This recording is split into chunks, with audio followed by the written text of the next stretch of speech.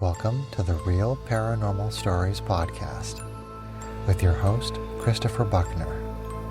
Send your stories to realparanormalstoriespodcast@gmail.com. Royalty-free music provided by Kevin MacLeod and Tabletop Audio. And now, let's take a trip into the paranormal.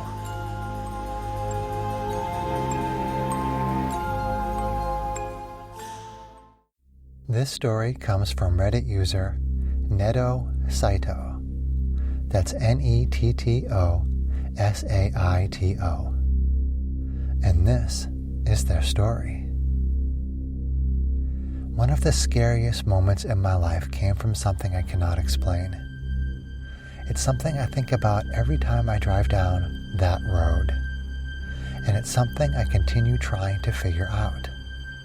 That day, hard to believe, but it was almost 11 years ago. Back when I was in college, I had to take a few night classes to finish my program. I was going to school for drafting, and one of the classes, covering Inventor, was only offered at 5 p.m. This was a bit of a pain for me, as I lived with my parents still, and the college was located an hour away. So getting off at 3 p.m., then driving home, and heading back was pointless. That's why I typically stayed and just killed time at school until it was time.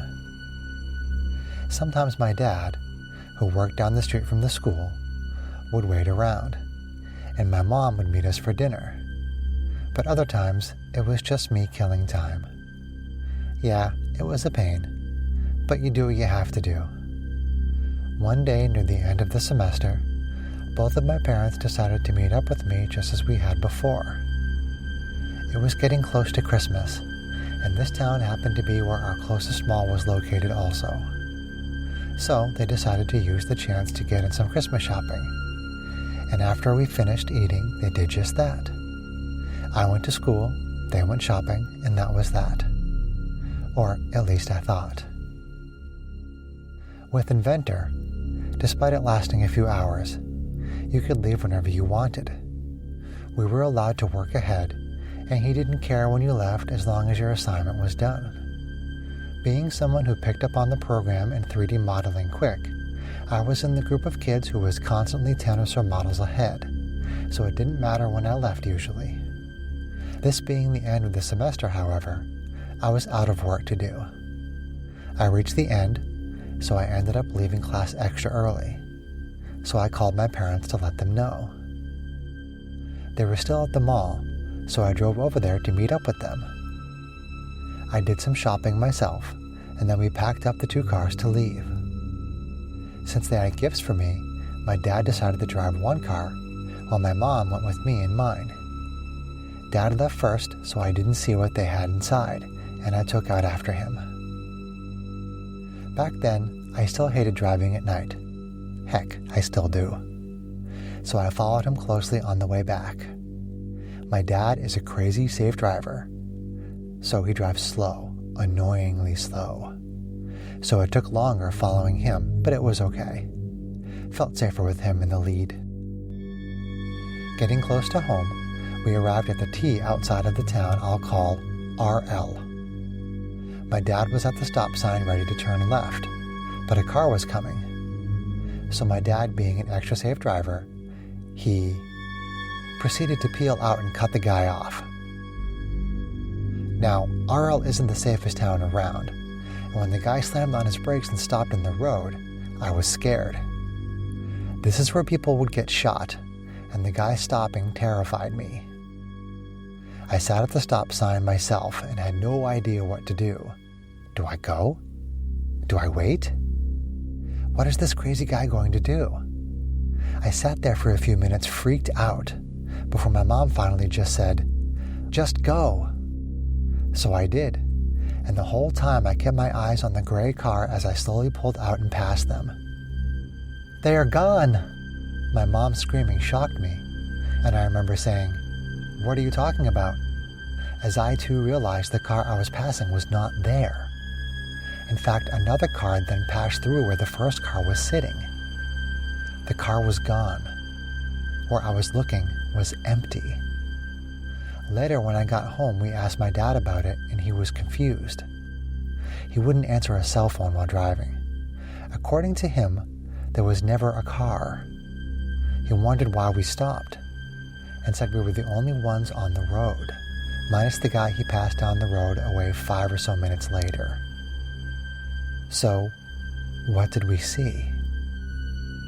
Every time I passed that road, I looked to see if maybe something could have reflected light and made it look like a car.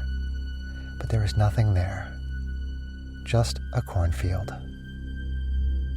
And that is their story. This story comes from Anna. And this is her story. My experience with the ghost of a deceased college student. His death was ruled a suicide, but we all know it was murder.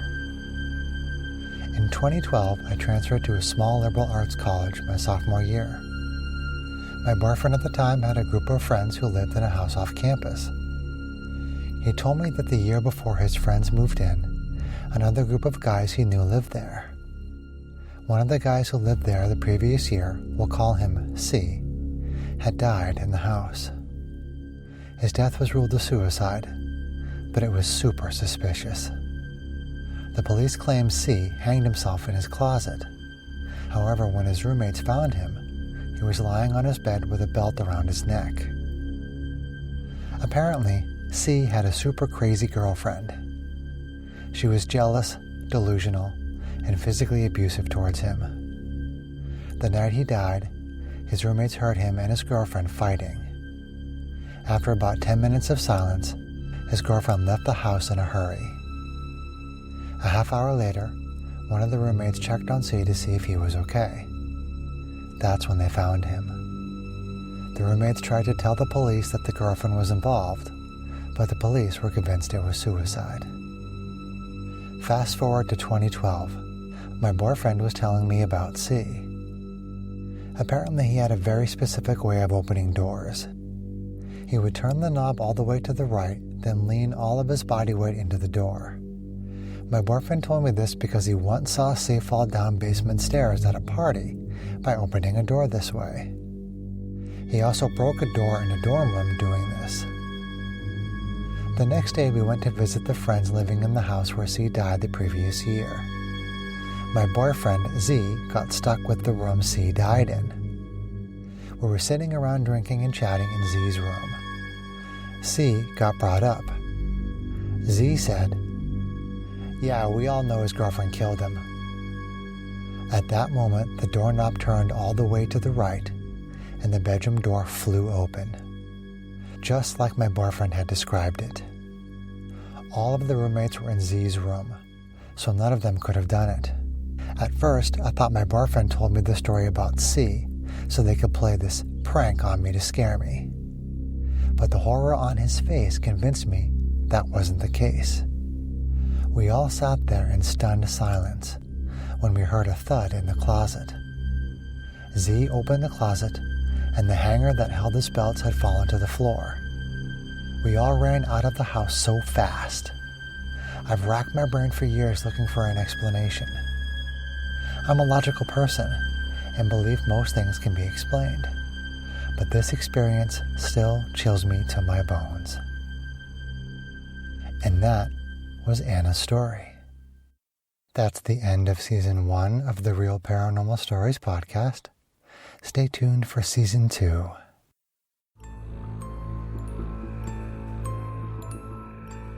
That's all for this episode of the Real Paranormal Stories podcast. If you liked what you heard, please leave us a review anywhere this podcast can be found.